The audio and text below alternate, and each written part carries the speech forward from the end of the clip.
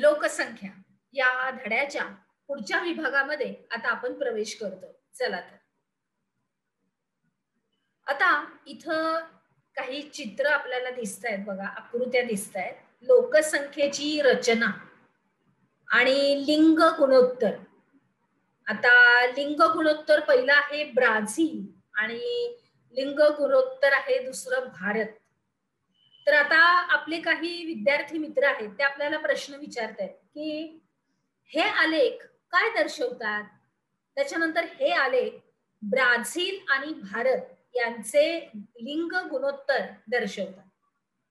आता लिंग गुणोत्तर म्हणजे काय आणि हा पुढचा प्रश्न आहे की लिंग गुणोत्तर म्हणजे एखाद्या प्रदेशातल्या दर हजारी पुरुषांच्या तुलनेमध्ये असलेली स्त्रियांची संख्या म्हणजेच लिंग गुणोत्तर होय.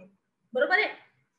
पुढे जाऊया भौगोलिक स्पष्टीकरणामध्ये की दोन्ही देशांच्या लोकसंख्येची खालील वैशिष्ट्य आपल्याला ठळकपणे जाणवतात की गेल्या अनेक दशकामध्ये ब्राझीलमध्ये लिंग गुणोत्तर हे 1000 पेक्षा जास्त आहे. आणि ब्राझीलचा जर लिंग गुणोत्तराचा आपण जर विचार केला तर या देशामधल्या स्त्रियांची संख्या ही 2001 पासून पुरुषांच्या संख्येपेक्षा लक्षणीय अशी वाढलेली आहे. आणि भारतामध्ये पुरुषांची संख्या ही स्त्रियांपेक्षा जास्त आहे. आणि भारतात गेली कित्येक दशक हे लिंग गुणोत्तरात चढ उतार झालेला आपल्याला पाहण्यास मिळतो. आणि 1991 नंतर लिंग गुणोत्तरात थोडीशी वाढ ही झालेली आहे.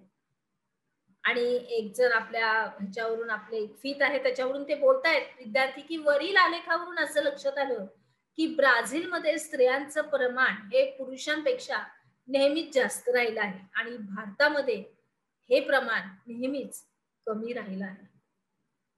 पुढे बघूया.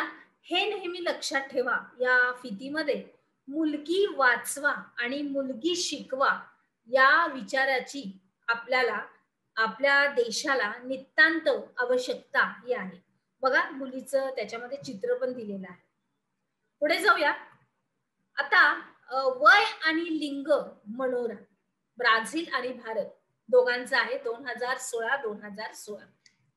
हे आलेख जरा वेगळे वाटतात. आपले विद्यार्थी मित्र बोलतायत आणि हो लोकसंख्येचं वय आणि लिंग दाखवणारे आलेख आहेत. मला लोकसंख्येचा यालाच लोकसंख्येचा मनोरा असं सुद्धा म्हणतात. मग याचा उपयोग काय आपली विद्यार्थी मैत्रीण आपल्याला विचारतीये. तर मग एखाद्या प्रदेशातल्या वय आणि लिंग या संदर्भानं लोकसंख्येचा अभ्यास करण्यासाठी या आलेखाचा आपल्याला उपयोग होतो. समजलं. पुढे जाऊया. आपण काय शिकलो या अंतर्गत आपण दिलेल्या सूचनेनुसार प्रश्नांची उत्तरं तुम्हाला लिहायची आहेत. तर भारतातल्या खालील राज्यांची नावं ही लोकसंख्येच्या वितरणानुसार उतरत्या क्रमाने लिहायची आहेत. बघा प्रश्न नीट वाचा. उतरत्या क्रमानुसार लिहायचंय. त्याच्यामध्ये आहे हिमाचल प्रदेश, उत्तर प्रदेश, अरुणाचल प्रदेश, मध्य प्रदेश आणि आंध्र प्रदेश. अर्थात या प्रश्नाचं उत्तर तुम्हाला आपल्या वहीमध्ये व्यवस्थित नमूद करायचं आहे. चला तर मग आता आपण आपल्या पुढील विभागामध्ये प्रवेश करूया.